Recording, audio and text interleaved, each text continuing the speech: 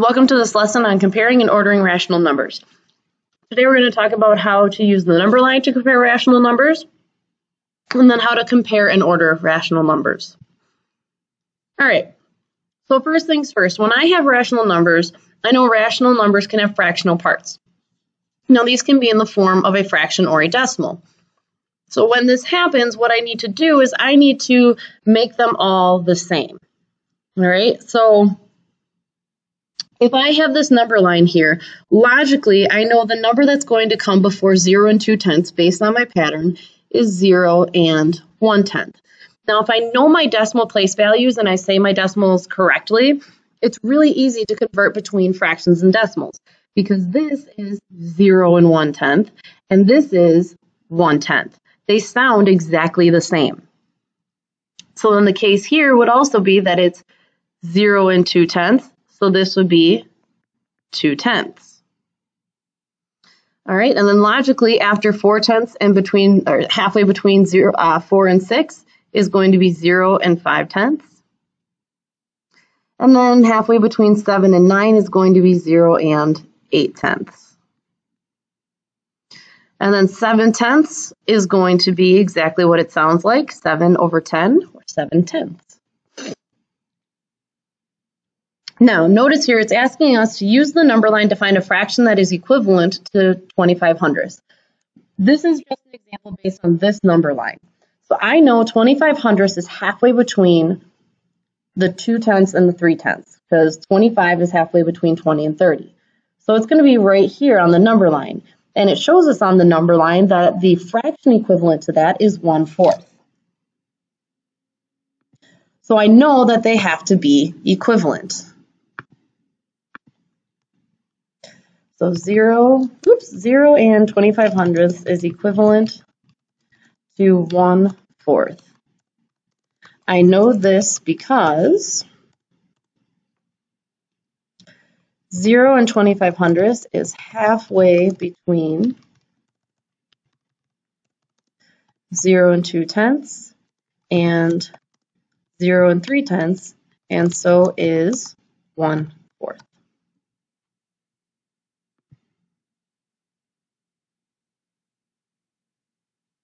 All right, so that was the example for this number line.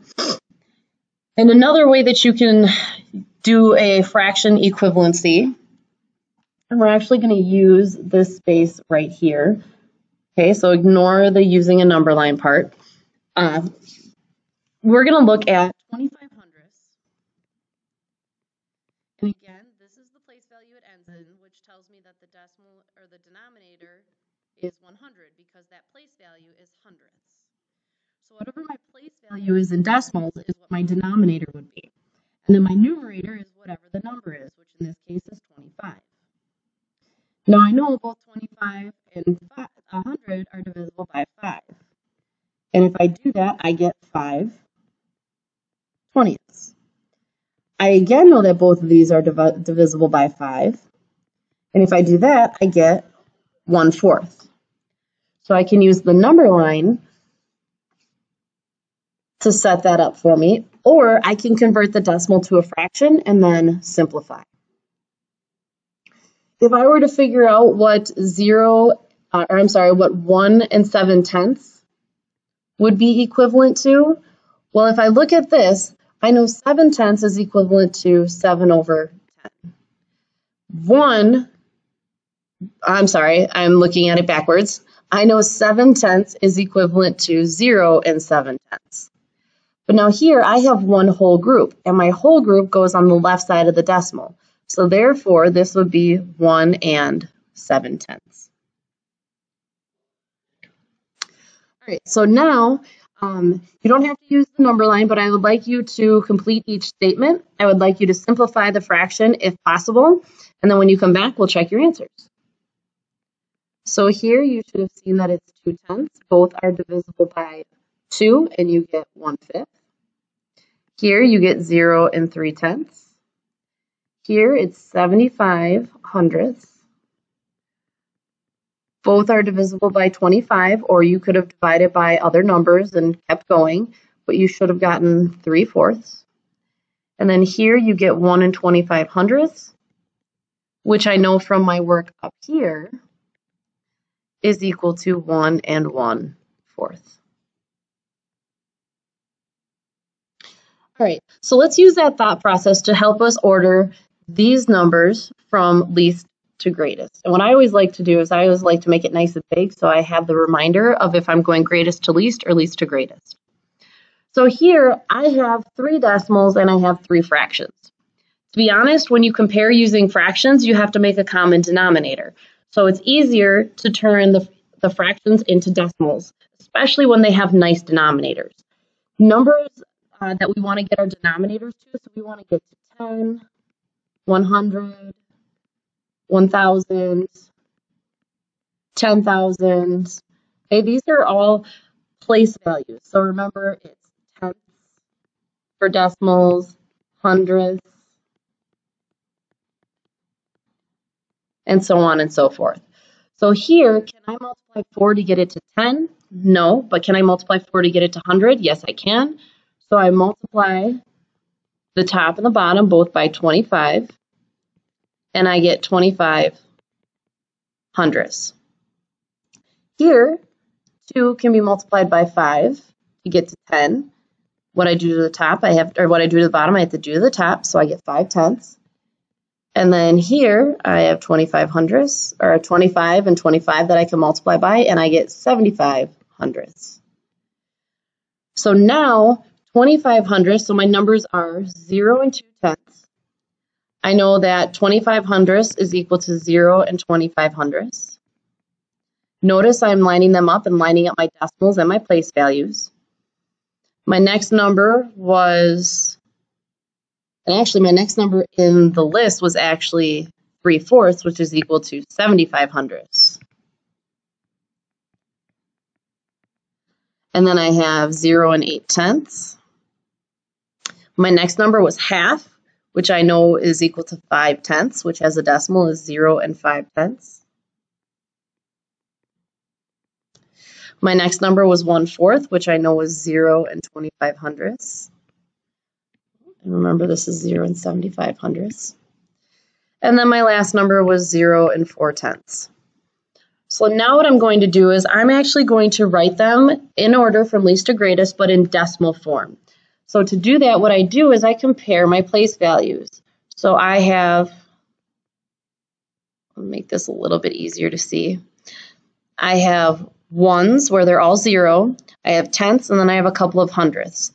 In my tenths place, I have 2 and 2. Well, what I would do is I would extend this 2 out to make it 20ths. And 20 hundredths. And I know that 20 hundredths is smaller than 25 hundredths. So my first number would be 0 and 2 tenths. My next number would then be the 0 and 25 hundredths because there is no other number that has a 2 or something smaller. My next smallest number between 7, 8, 5, and 4 would be the 4. So my next number would be 0 and 4 tenths. Then my next smallest number would be 0 and 5 tenths. And then I know between the 7 and the 8, even though this number is longer, 7 is smaller than 8, so 0 and 75 hundredths is the next smallest. And then my largest number is 0 and 8 tenths. But now I have to write my numbers in the form that they were given to me. So my first number would be 0 and 2 tenths because that's how it was given to me.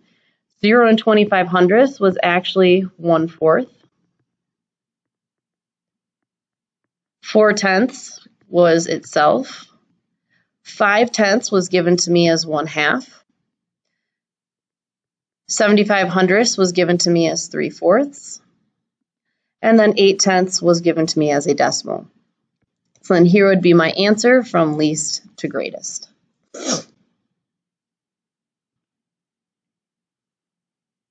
Now, another way that I can do this is I can actually convert my decimal to a fraction. Notice I have 2 fractions and I have 1 decimal. All right, so I'm going to write the decimal equivalent or the fraction equivalent of my decimal, which is, so this ends in the hundredths place, so this would be 35 hundredths, 35 over 100. And then now I need to look at if I can simplify it. In this case, both of these are divisible by 5. And I get 7 over 20. Now I need to look at 1/12, 2/3, and 7/20, and I need to see if they have a common denominator. In this case, we were told the common denominator is 60. So to get to 60 from 12, I multiply by 5, and when I do to the top, I have to do to the bottom. To get to 60 from 3, I have to multiply by 20, and when I do to the top, I have to do to the bottom. So I get 40/60. And then to get from 20 to 60, I have to multiply by 3, which is exactly, the reverse of what we did here. So that worked out nicely. And I get 21 over 60. So now what I can do, I have 5/60, 40/60, and 21/60. Since all my denominators are the same, now I can compare with just using my numerators. So I know that my smallest is 5/60. My next is 21/60, and then 40/60. But then again, I need to write my numbers in the original form. So I know 5/60 was equivalent to 1/12. So the first fraction was 1/12. 21/60 was equal to 7/20, but I know 7/20 was actually equal to 0 and 35/100. And then I know 40/60 was equal to 2/3. So there is my answer. Another way that you can kind of compare quickly, is if we use something called a benchmark. So if I have my number line and I look at 1/12, so I have nothing in here is bigger than 1. So I have 0, and I have 1, and I have halfway.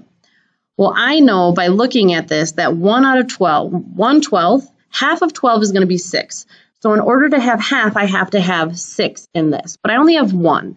So 1/12 is going to be less than 1/2. 35/100. To have half, I have to have 5/100. And 5/10 or 50/100. I know 35 is less than that, so I know 35/100 is going to be less than half. However, 2/3. 2/3 is more than half, so it's going to be on this side of the number line, which tells me right off the bat that 2/3 should be my largest number, which is what I found. So now what I can look at is, well, which one of these is closer to 1/2? Am I closer if I have 1/12? Or am I closer if I have 35/100? Well, what we can also look at too is if you break it down into fourths. So like 1/4 and then 0 and 25/100. Well, 1/4 would mean that I'd have to have 3 out of 12. So this is even less than 1/4. But 1/4 would be equal to 0 and 25/100, and 0 and 35/100 is actually bigger than 0 and 25/100. So since 1/12 is smaller than 1/4 and 35/100 is bigger than 1/4, I know my smallest number has to be 1/12. My next number would be the 0 and 35/100, and then the 2/3. Again, the same answer that I got over here. If this makes sense to you, absolutely you want to practice using it. However, we need to be able to use the conversions between fractions and decimals for sure. And if this confuses you, then stick with your conversions. All right, so next what I would like you to do is I would like you to take a minute and put these in order from least to greatest. And when you're doing that, I want you to pause so that way you can come back and check your answer. All right, so like I said, these are nice denominators. So I would turn 85/100 into a fraction. I'm sorry, backwards. I would turn 3/5 into a decimal by multiplying by 2 over 2, and I get 6/10, which is equal to 0 and 6/10. And then 7/10 we already know is equal to 0 and 7/10. So here you have 0 and 6/10, and here you have 0 and 7/10. So if I look at place values, I'm comparing the tenths, and the smallest one is 0 and 15/100.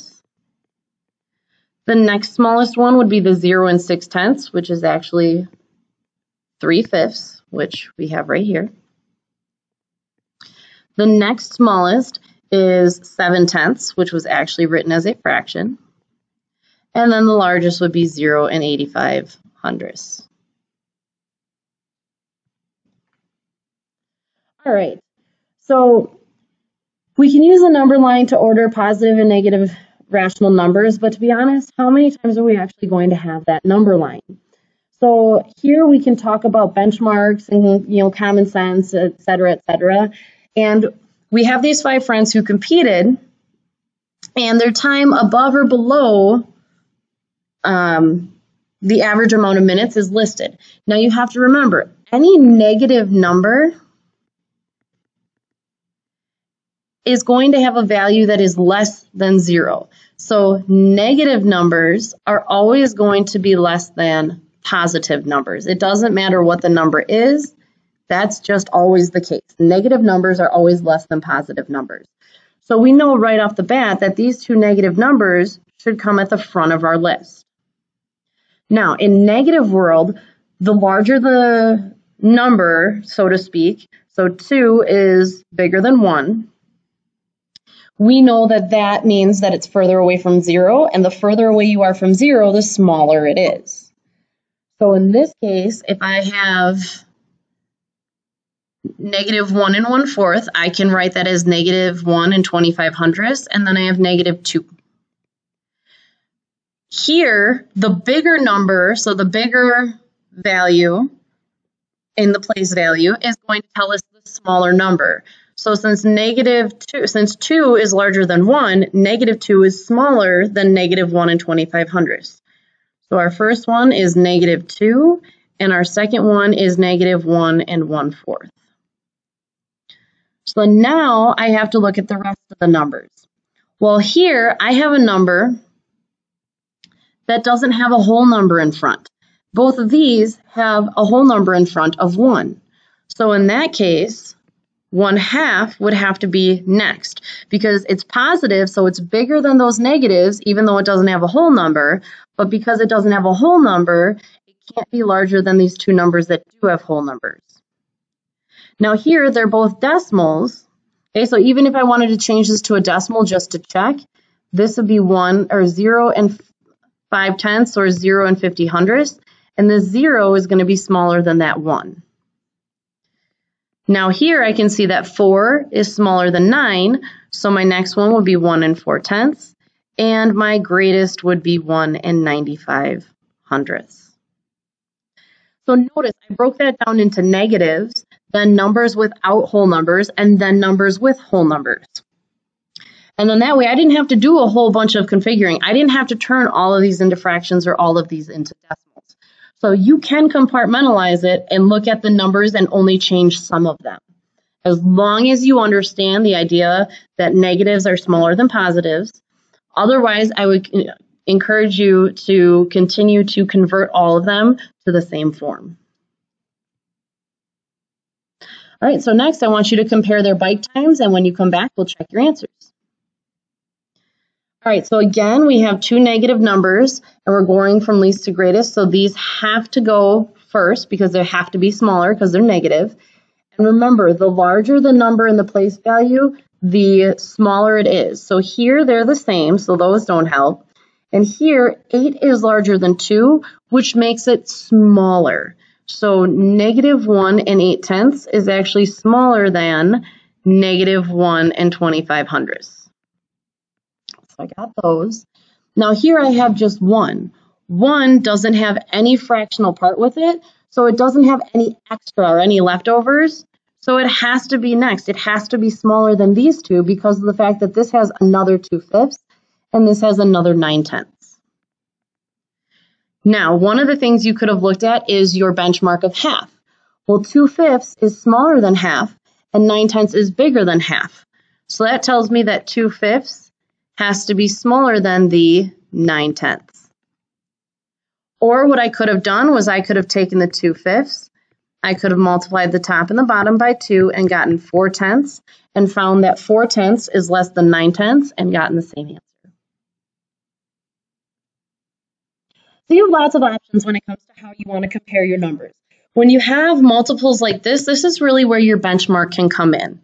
All right. However, you do need to be able to convert fractions and decimals, the nice ones, and you also want to be able to use that to help you compare them. So what I'd like you to do is I'd like you to finish these guided practice problems. And as always, if you have any questions, please be sure to write them down or email me so we can go over them in class.